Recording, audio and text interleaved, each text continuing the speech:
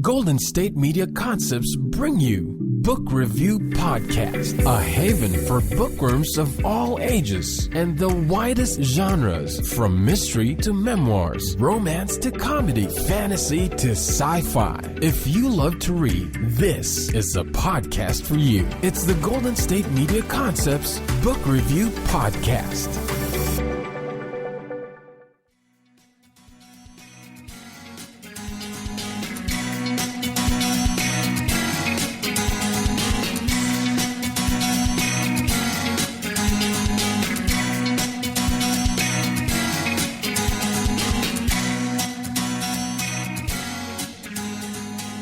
Hello and welcome to the GSMC Book Review Podcast, brought to you by the GSMC Podcast Network.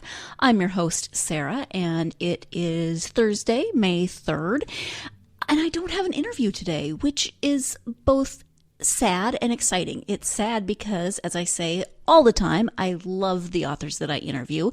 I have so much respect for them and the work that they do, and I really love talking to them and hearing their stories.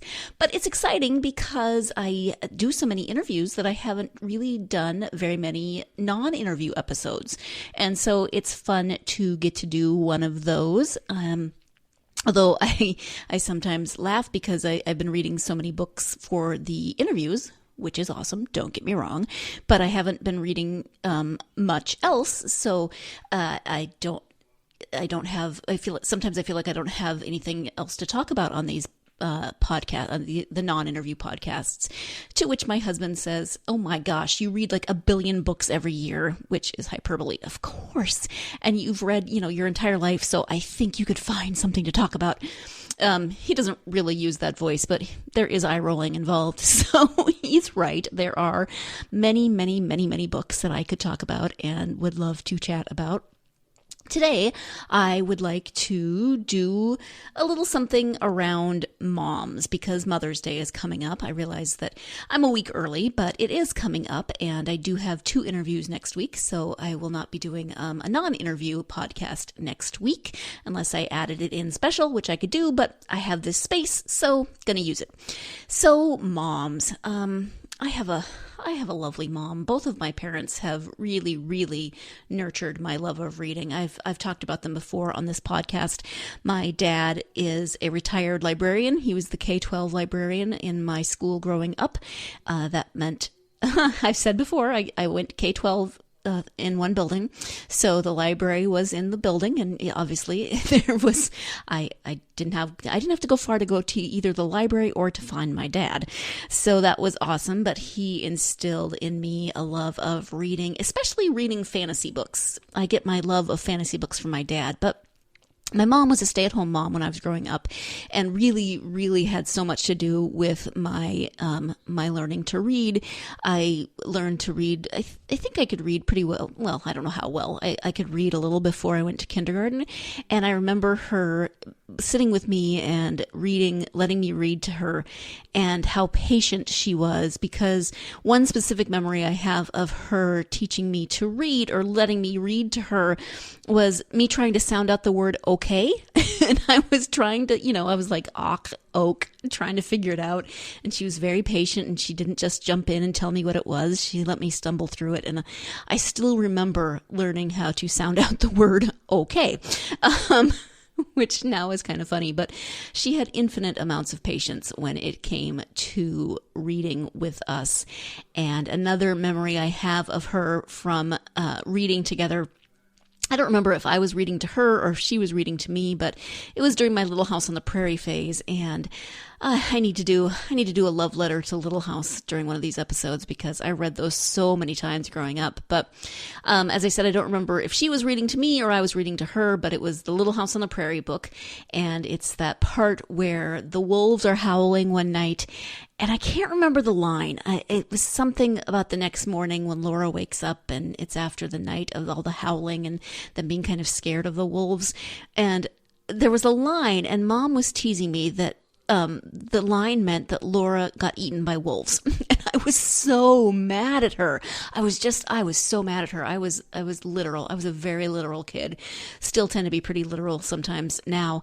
And I like to think literary, but definitely a literal kid. And I was so mad at her. Oh, I was just furious because she was teasing me that Laura had gotten eaten by wolves, and I was arguing with her that she couldn't possibly have been eaten by wolves. She's still in the story. I've read the other books. I know there are other books. I know she grows up. And yeah, I don't remember how we resolved it, but those are some of the memories that really stick in my head of learning to read and reading with my mom, and just having her encourage me. And we still talk about books to this day. We talk about the books that we've read, and I send her books that I have gotten from authors so she can read them too, so we can talk about them. And I just love having that connection with her.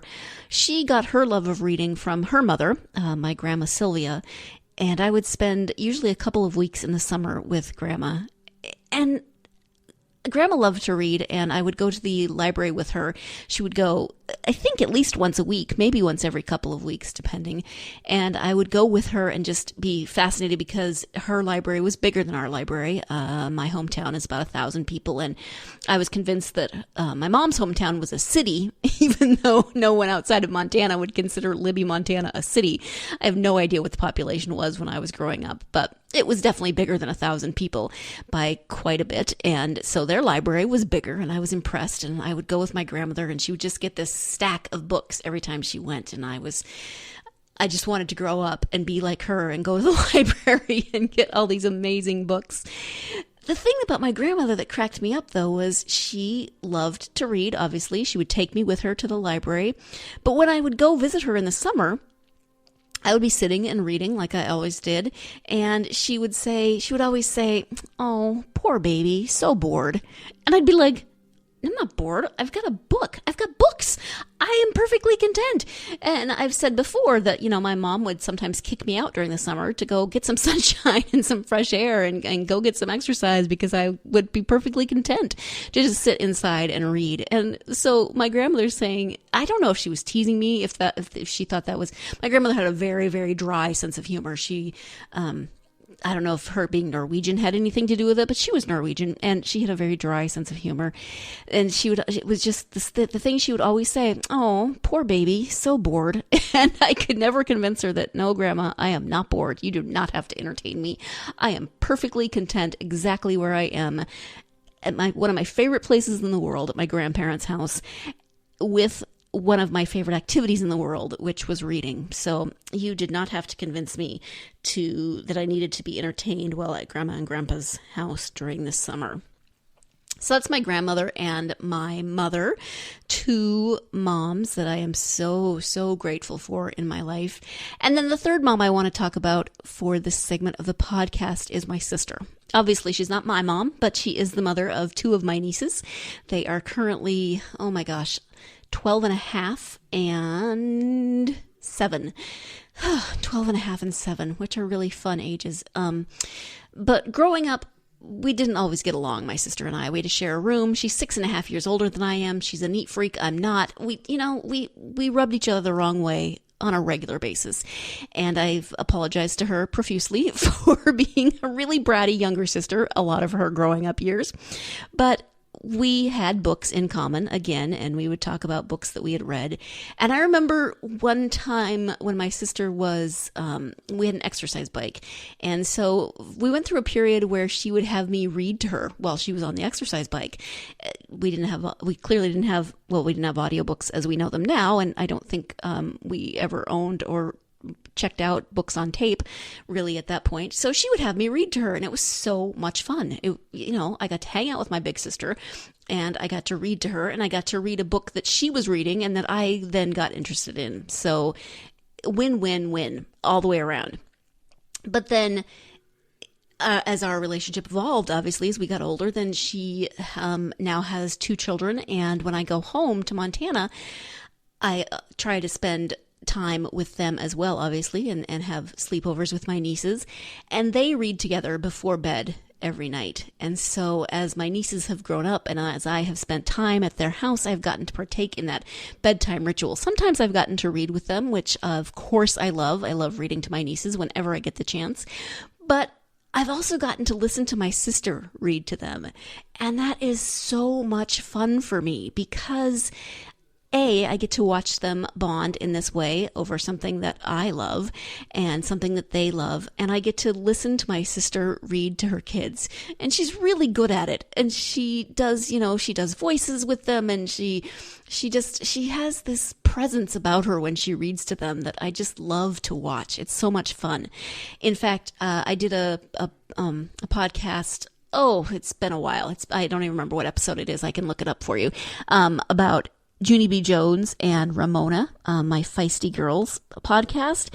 I read Ramona Cleary growing up, but I learned about Junie B. Jones because my sister was reading it to my nieces one time when I was home, and I just loved how she read it and the words that the author of Junie B. uses. I mean, Junie B. says things like she's hottish and sweatish, and the way my sister would read Junie B.'s character and the things that she did, I had to go out and read the books for myself after I left to just kind of have that connection with them. So my mom, my grandma, and my sister, 3 amazing women that I am so happy and so fortunate to have in my life, celebrating them a little bit on Mother's Day by talking about them and books. Many of my favorite things, so how can I go wrong there? We are going to take our first break of the podcast, but when we come back, we're going to be talking a little bit about some children's books that I loved growing up. So stay tuned. You're listening to the GSMC Book Review Podcast, and I will be right back. Still on the search of that one true love? On the limbo in this crazy world of dating, marriage, relationships? Well, listen to the Golden State Media Concepts Relationship Podcast, your one-stop podcast for everything about relationships.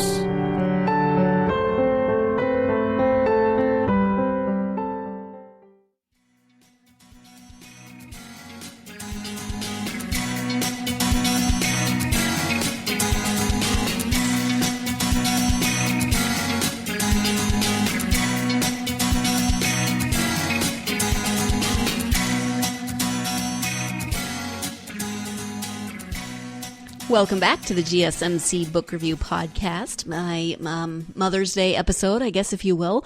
So before the break, I was talking about some of the moms in my life, my mom, my sister, and my grandmother, and the influence that they had on me growing up and beyond my growing up years as to the books that I have read and shared with them, etc.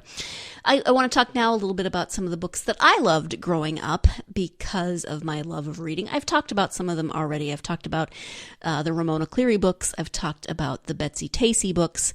But since it's Mother's Day, I thought I would think about some of the books that I read with my mom. And some of the books that I loved growing up were Mercer Mayer and his books, especially, what is it called? Something about his mom. I wanted to do this just for you. And he's always messing things up. So he wanted to make breakfast just for you. That's what it's called, just for you.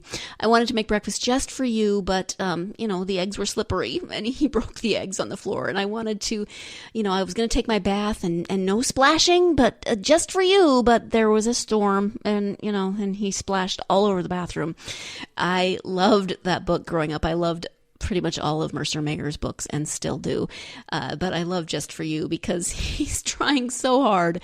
And and Mom has this exasperated eye-rolling look on her face through much of the book. But you can also tell that she's appreciative that he's trying, that little critter is trying to do things for her. Just she's not terribly thrilled that she then has to clean up after him. And then of course at the end of the book he wants to do something special just for her, and he does it. He says he loves her and he gives her a flower and they have a hug, and it's very, very sweet. I love Mercer Mayer. Something else that my mom used to read with me was Richard Scarry, and I had Monster Bedtime Stories. Loved that book, and my mom and I actually still say, all day to each other, which is one of the monsters in the book isn't feeling well, and he sighs. He's sighing all day because he doesn't feel well, and what he's actually doing is sighing all day. And it turns out that he doesn't feel well because he ate a boot.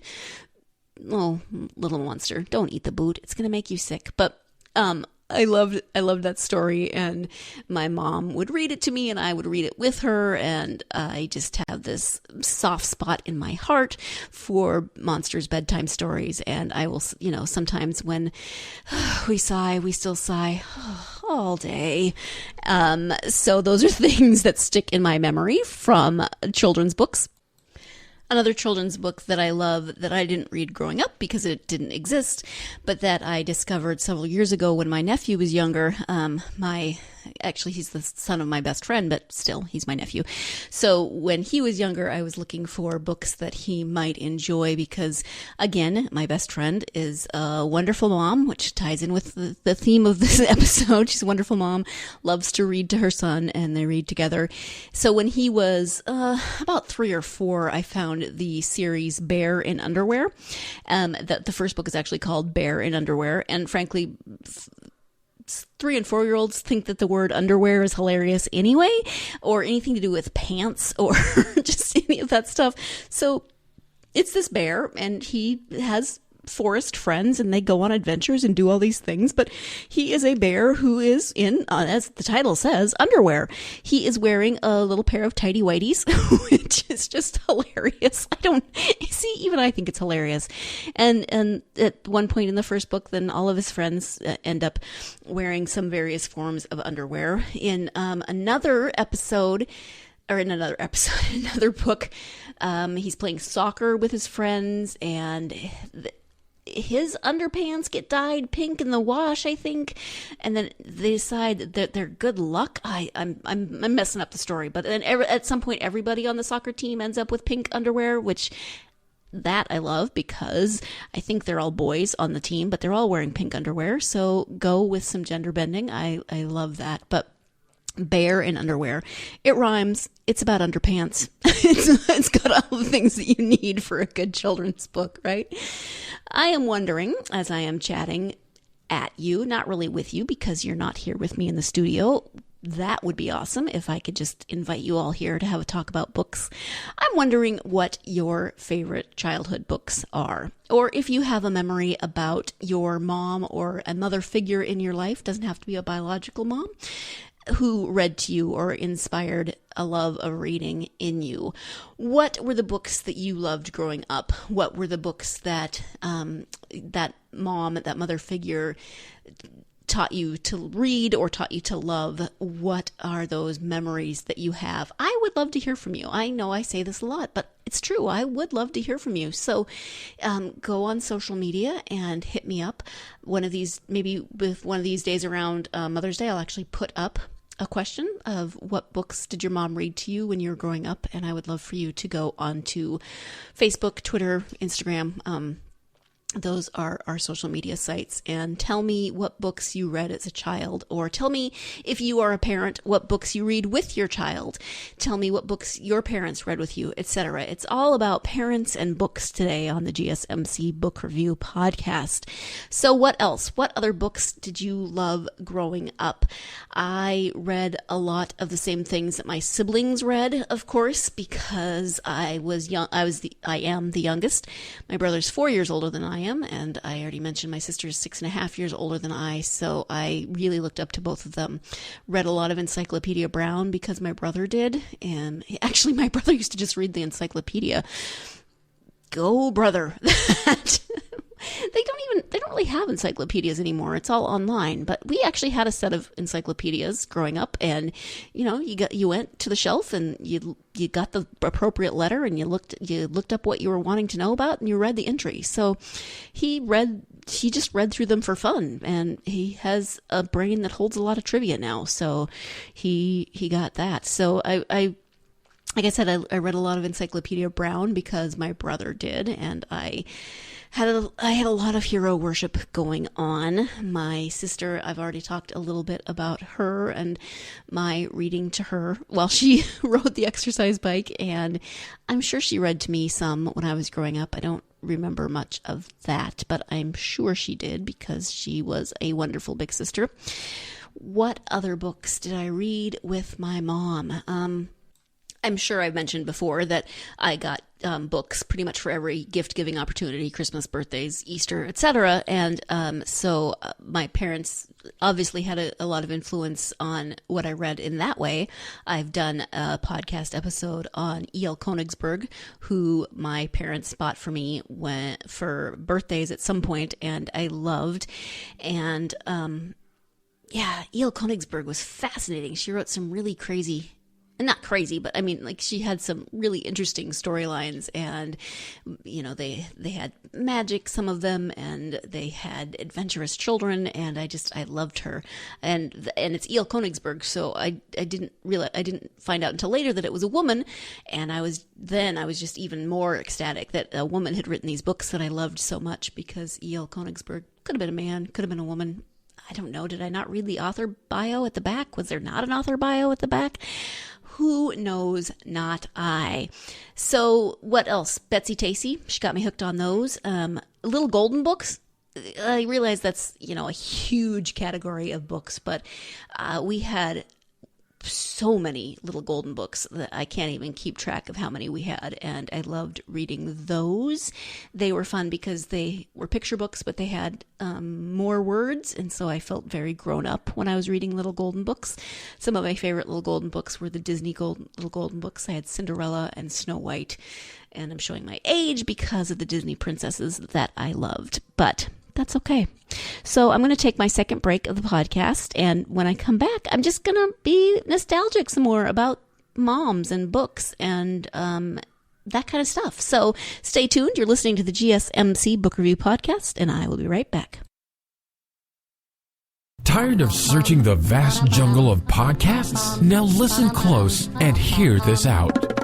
There's a podcast network that covers just about everything that you've been searching. Hey! The Golden State Media Concepts Podcast Network is here. Nothing less than a podcast bliss with endless hours of podcast coverage. From news, sports, music, fashion, cooking, entertainment, fantasy, football, and so much more. So stop lurking around and go straight out to the Golden State Media Concepts Podcast Network. Guaranteed to fill that podcast itch. Whatever it may be. Visit us at www.gsmcpodcast.com. Follow us on Facebook and Twitter, and download us on iTunes, SoundCloud, and Google Play.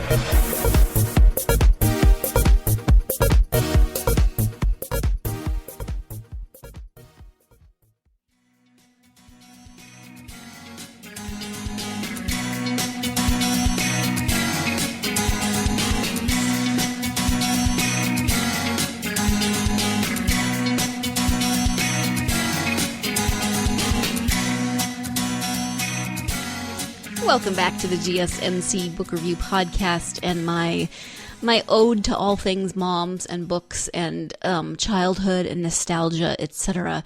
I was thinking about books over the break, and one thing that popped into my head that I hadn't planned on talking about, but now I just have to, is the Mrs. Pigglewiggle books. Have you read the Mrs. Pigglewiggle books? They're old. I mean, I think they came out originally in the 40s or 50s, maybe. Mrs. Pigglewiggle isn't actually a mom in the books. She has no children. She and her husband were not blessed with children of their own, but Mrs. Pigglewiggle has more children than anyone because all of the children in the neighborhood, in the town that she lives in, love her. She has a farm in one book, and they love to come visit her at the farm. She has an upside-down house in another book, and the children come, and she lets them comb her hair and dress it up and do all these things. She lets them have tea parties. She lets them play dress-up. They play pirates and princesses and all of these different games together and she doesn't care if the house gets messy. She lets them play. She makes them cookies.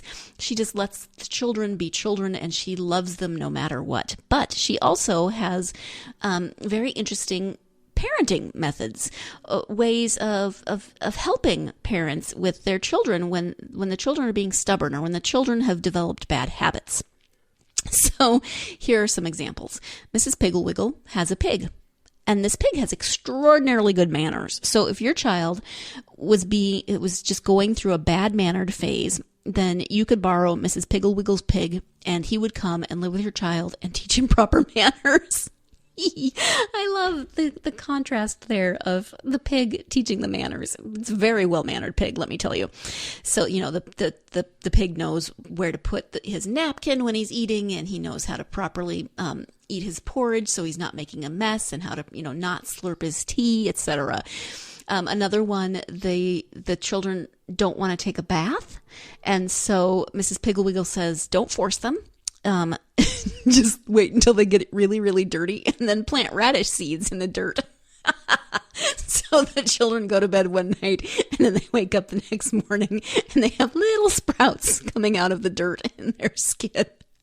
I don't know. Do children ever get that dirty? I mean, I'm sure they could, but that used to crack me up as a kid. And clearly it still does, since I'm sitting here by myself in a studio laughing hysterically about moms planting radishes in the dirt of their children's necks.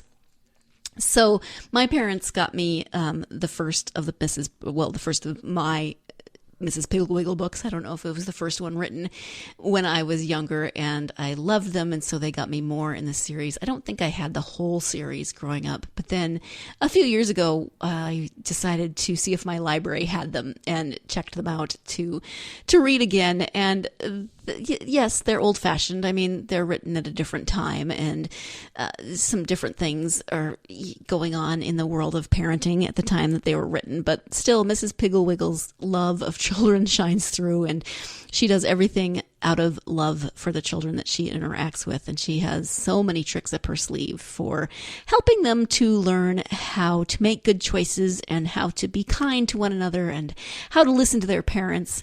So Mrs. Pigglewiggle, I didn't want her to be my mom growing up because I loved my mom, but I did want to go visit her, and I wanted to. She always smells like cookies, and she's got the grandmotherly shape, and she's in all the covers. She's always got lots of children hanging around her and just looking joyful and ecstatic to be around Mrs. Pigglewiggle. I love her, and just the fact that her name is Mrs. Pigglewiggle and she has a pig is sheer perfection in my book. In my book, didn't actually mean to use that bad pun. Finally, one more reminiscence about books and my mom, and this is really more of what a saint my mother was in terms of encouraging me to read without wanting to just, scream because I was so literal and so obsessed with different things. And that is, they got me a joke book one year for my birthday or Christmas, or maybe just because, and I think they probably regret it to this day because I had to tell them the jokes in that joke book over and over and over again, and I insisted that they laugh. My favorite joke, and maybe I've told you this joke before, but you're going to hear it again, and I insist that you laugh. My favorite joke in this joke book was, what's green and flies? And the answer is super pickle. It's not funny. But there was an illustration of a pickle with a cape, and he was doing the Superman, the arm outstretched, and I thought that was the funniest thing on the planet. And for possibly months, I would tell this joke multiple times a day, and I would insist that my family laugh at this joke. I'm sure my siblings were over it very quickly and just probably told me to shut up and leave them alone, as only siblings can do, but my mom, God bless her, and her loving mother ways, would actually let me tell her that joke over and over and over again. Mom, you are a saint, and I love you for instilling a love of reading in me. Thank you so very much. Thank you for introducing me to books. Thank you for reading with me. Thank you for teaching me to read. Thank you for listening to What's Green and Flies, Super Pickle, 8 bajillion, cajillion, I don't even know how many, gazillion times in my life. You are awesome, and I love you, and I am very lucky to have been born into the family that I was born into. I think on the very, very terrible Super Pickle joke, I'm going to wrap things up for this episode. So thank you, as always, for joining me for another episode of the GSMC Book Review Podcast. Join me again on Tuesday when we have more author interviews, and this time we have a return author, someone that I've already had on the podcast who is returning with her second novel. That is author Jasmine Silvera. When she was on the podcast the first time, we talked about her debut novel, which was called Death's Dancer, and now we have the follow-up to that book, Dancer's Flame. It's great. I love talking to Jasmine. She is so much fun to talk to. So definitely tune in on Tuesday and hear my interview with author Jasmine Silvera. And another giveaway, you can enter to win a copy of Death's Dancer for Dancer's Flame. I'm going to get this right, I swear to you. So you need to tune in next week to find out more about Dancer's Flame, and because really Jasmine is fabulous and you will love listening to her. So thank you for joining me here at the GSMC Book Review Podcast. Join me again on Tuesday. In the meantime, get out there and get yourself lost in a good book. You've been listening to the Golden State Media Concepts Book Review Podcast, part of the Golden State Media Concepts Podcast Network. You can find this show and others like it at www.gsmcpodcast.com. Download our podcast on iTunes, Stitcher, SoundCloud, and Google Play. Just type in GSMC to find all the shows from the Golden State Media Concepts Podcast Network, from movies to music, from sports to entertainment, and even weird news. You can also follow us on Twitter and on Facebook. Thank you, and we hope you have enjoyed today's program.